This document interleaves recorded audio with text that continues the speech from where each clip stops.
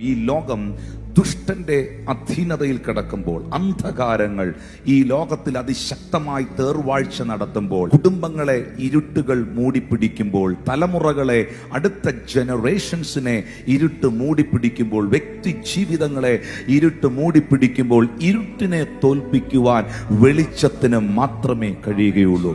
ആ വെളിച്ചം, ഈ ലോകത്തിലേക്ക് വന്ന ഒരേ ഒരു വെളിച്ചം, ഏത് മനുഷ്യനെയും പ്രകാശിപ്പിക്കുന്ന സത്യവെളിച്ചം, അത് ഒരുവൻ മാത്രമാണ്.